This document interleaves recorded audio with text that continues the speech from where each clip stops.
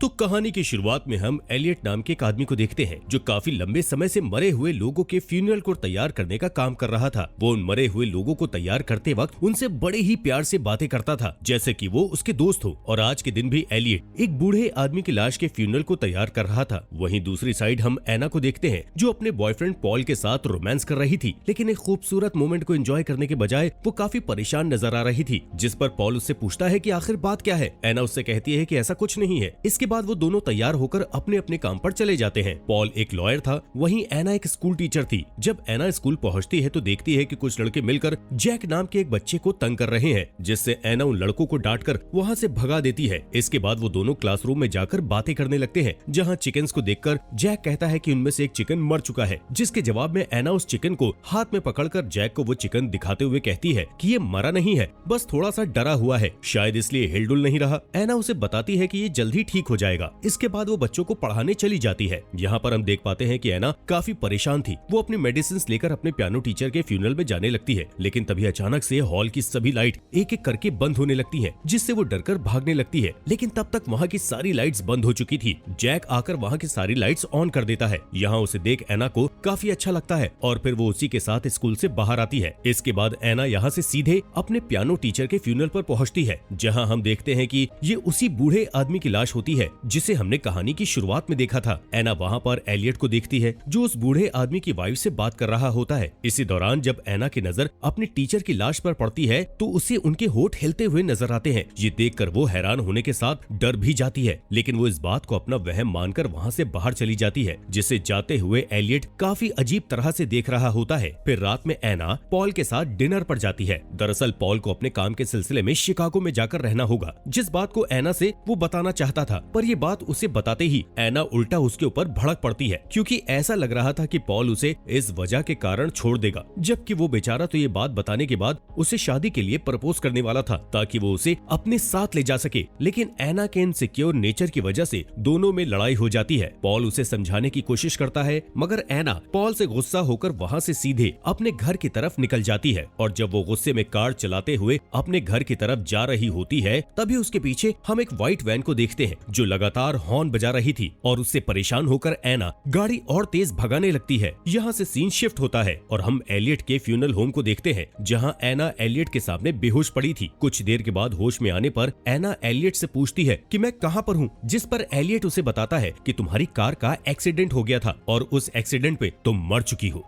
Elliott की इस बात पर एना को विश्वास नहीं होता, इसलिए एलियट उसे उसका डेथ सर्टिफिकेट दिखाता है जिसमें एना का नाम लिखा हुआ था। तभी एना अपने शरीर को हिलाने की कोशिश करने लगती है, लेकिन काफी मशक्कत के बाद भी वो ऐसा नहीं कर पाती। उसी टाइम एलियट एना के घाव वगैरह साफ करके उसे आराम करने के लिए कहकर वहाँ से चला जाता है। वहीं अगली सुबह पॉल जब सोकर उठता है तो उसे पिछली रात हुए एना और उसके झगड़े के बारे में सोचकर काफी बुरा लगता है, और ऊपर से वो ये भी सोचकर काफी उदास था कि एना ने उसे एक बार भी कॉल नहीं किया। इसलिए वो तुरंत एना के फोन पर कॉल करने लगता है, लेकिन एना का फोन तो एलियट के पास था और एलियट उसकी कॉल नहीं उठाता। लेकिन वो पॉल के भेजे हुए सभी वॉइस मेल को सुनकर एना के फोन को बंद करके एक पॉकेट में डाल देता है। फिर उस पॉकेट को वो एक लॉकर में रख देता है, जिसमें उस जैसे कई सारे और दूसरे पॉकेट भी रखे हुए थे। वहीं पॉल सीधा एना से मिलने के लिए एना के स्कूल में जाता है। वहाँ उसे पता चलता है कि आज एना स्कूल आई ही नहीं। ये जानकर वो एना की माँ के घर पहुँचता है, जहाँ उसे पता चलता है कि पिछली रात ही एक्सीडेंट की वजह से एना की मौत हो चुकी है। ये जानकर उसे बिल्कुल भी विश्वास नहीं होता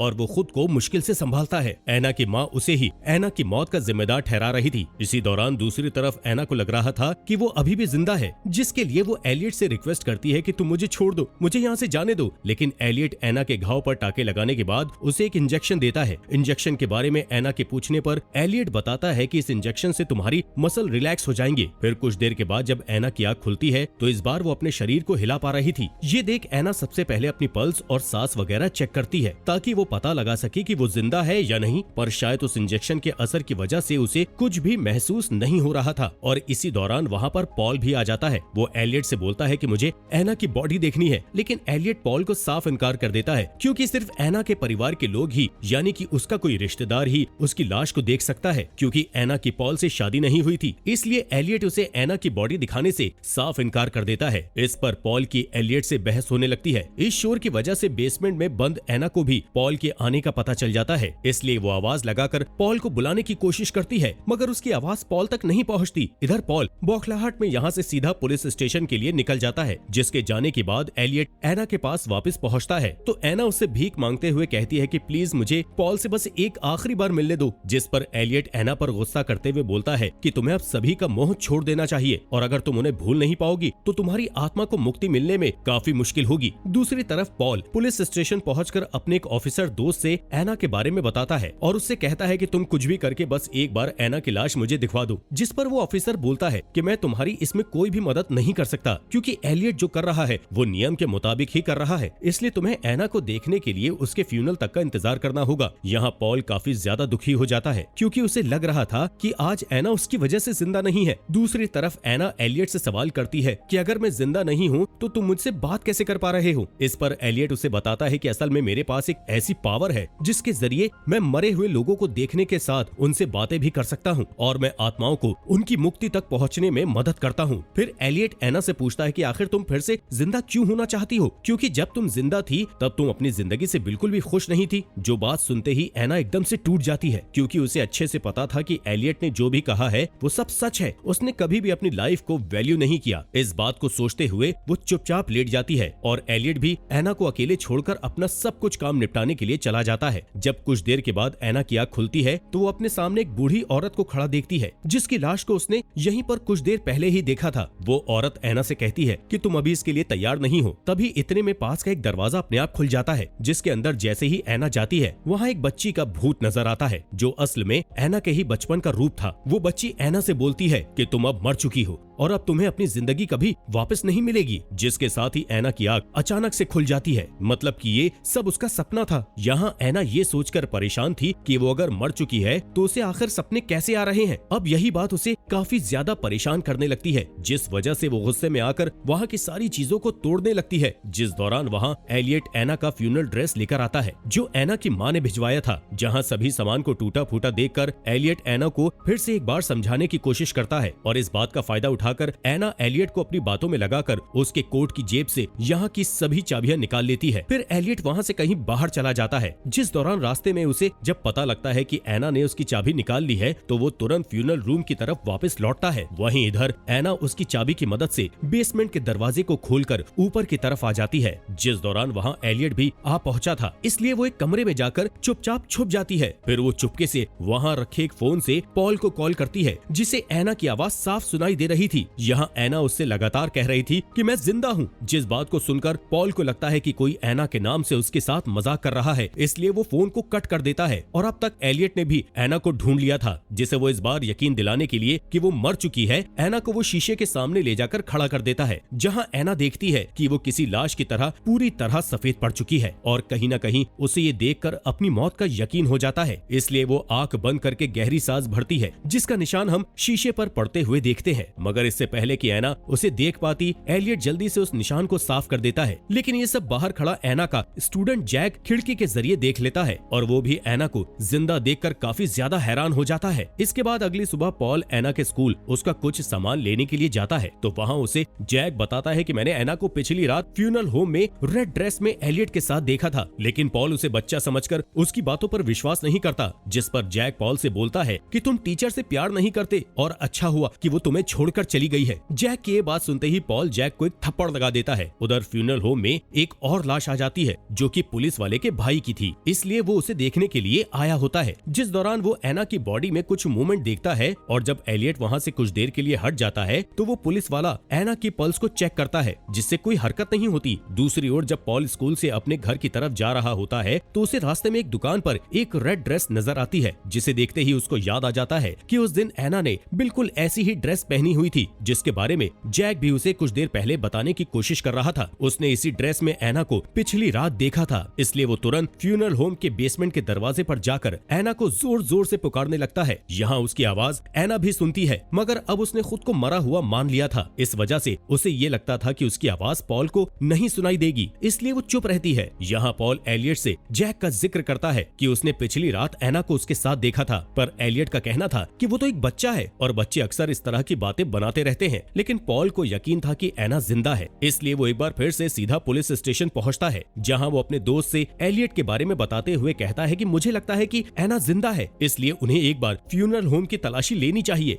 इस पर वो पुलिस वाला उसे एना का डेथ सर्टिफिकेट दिखाते हुए बोलता है कि डॉक्टर ने खुद एना के मरे होने की पुष्टि की है। लेकिन पॉल का ये कहना था कि आजकल ऐसी कई ड्रग्स आती हैं जिनकी मदद से पल्स और हार्ट ब्रेक को इतना स्लो किया जा सकता है जिससे किसी को भी यकीन दिलाया जा सकता है कि उसके सामने वाला मर चुका है। तो हो सकता है कि एना को ऐसी ही कोई ड्रग्स या इंजेक्शन दिया गया हो। लेकिन यहाँ हम उस पुलिस वाले को भी देखते हैं जो उस फ्यूनरल होम में अपने भाई को देखने के लिए गया था। वो पॉल की बात सुनकर उससे बताता है कि उसने वहाँ एना की पल्स चेक की थी तो वो बिल्कुल भी नहीं चल रही थी। यहाँ सभी लोगों को लग रहा था कि पॉल एना की मौत के गम में पागल होता जा रहा है। दूसरी ओर हम जैक को उस फ्यूनरल होम के पास देखते हैं, जहाँ एलियट उसे देखकर उससे सवाल करता है कि क्या कल रात तुमने भी एना को यहाँ देखा था। इस पर जैक हाँ में जवाब देता है, जिस पर एलियट बोलता है कि तुम्हारे पास भी मेरी तरह भगवान की दी हुई अनोखी शक्ति है जिसके जरिए तुम भी आत्माओं को देख और सुन सकते हो और मैं मुक्ति पाने में उन आत्माओं की मदद करता हूँ। यहाँ एलियट जैक से वादा करता है कि वो इस बारे में उसे सब कुछ अच्छे से सिखाएगा। दूसरी साइड एलियट एना को फ्यूनरल के लिए रेडी कर रहा होता है, जिस दौरान एना उससे बताती है कि मैंने अपनी जिंदगी में अपनी माँ से बहुत कुछ सीखा है। उनका मानना था कि प्यार में अक्सर लोगों को धोखा मिलता है, इस वजह से मुझे हमेशा लगता था कि पॉल मुझे छोड़कर कहीं चला जाएगा, जिस चीज से मैं बहुत ज्यादा डरती थी। यहाँ एलियट एना से पूछता है, अगर तुम्हें जिंदगी जीने का एक बार दोबारा से मौका दिया जाए तो क्या तुम उसे ठीक से जियोगी। यहाँ एलियट एक तरह से एना को दूसरा मौका दे रहा था।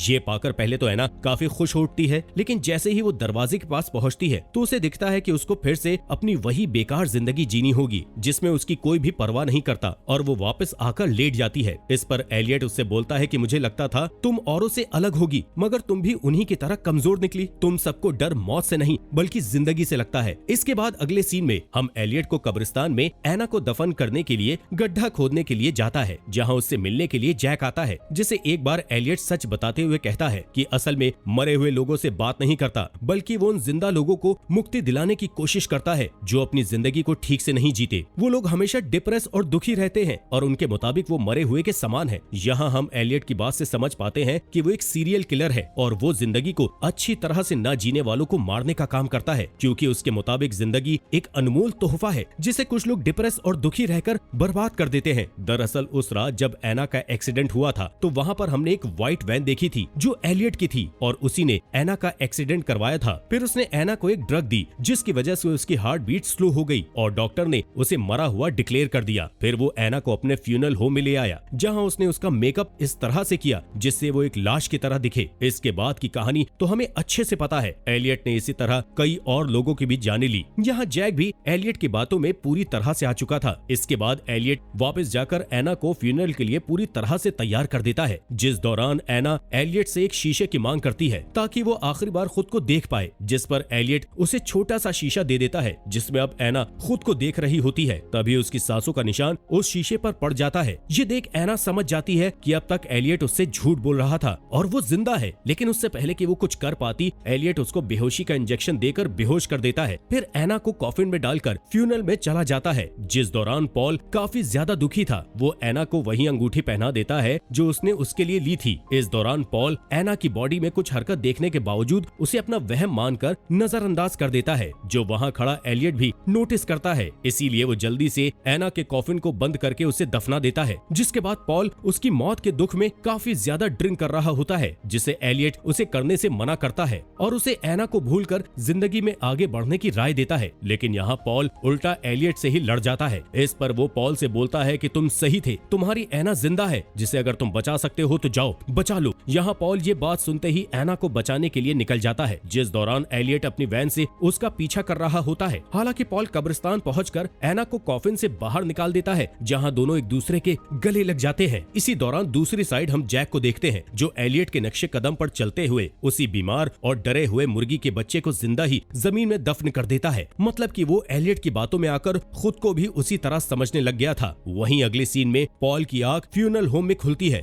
जहां उसके सामने एलियट खड़ा था। वो पॉल को बताता है कि तुम कब्रिस्तान तक पहुंच ही नहीं पाए थे, बल्कि तुम्हारा रास्ते में ही एक्सीडेंट हो गया था और अब तुम मर चुके हो। दरअसल यहाँ भी ये काम एलियट का ही था। उसने पॉल का एक्सीडेंट करवाया था, लेकिन जब पॉल खुद को मरा हुआ मानने से इनकार कर देता है तो एलियट जैक से एक रॉड लेकर सीधा उसे पॉल की छाती में घुसा देता है, जिससे पॉल की बहुत ही दर्दनाक तरीके से मौत हो जाती है। यहाँ एलियट ने पॉल को इसलिए मारा क्योंकि वो एना के मौत के गम में डिप्रेस हो गया था। साथ ही अब एलियट का साथ जैक भी देने लग गया था और इसी के साथ ये मूवी यहीं पर खत्म हो जाती है। दोस्तों, आपका दिल से शुक्रिया हमारे इस चैनल को सब्सक्राइब करने के लिए।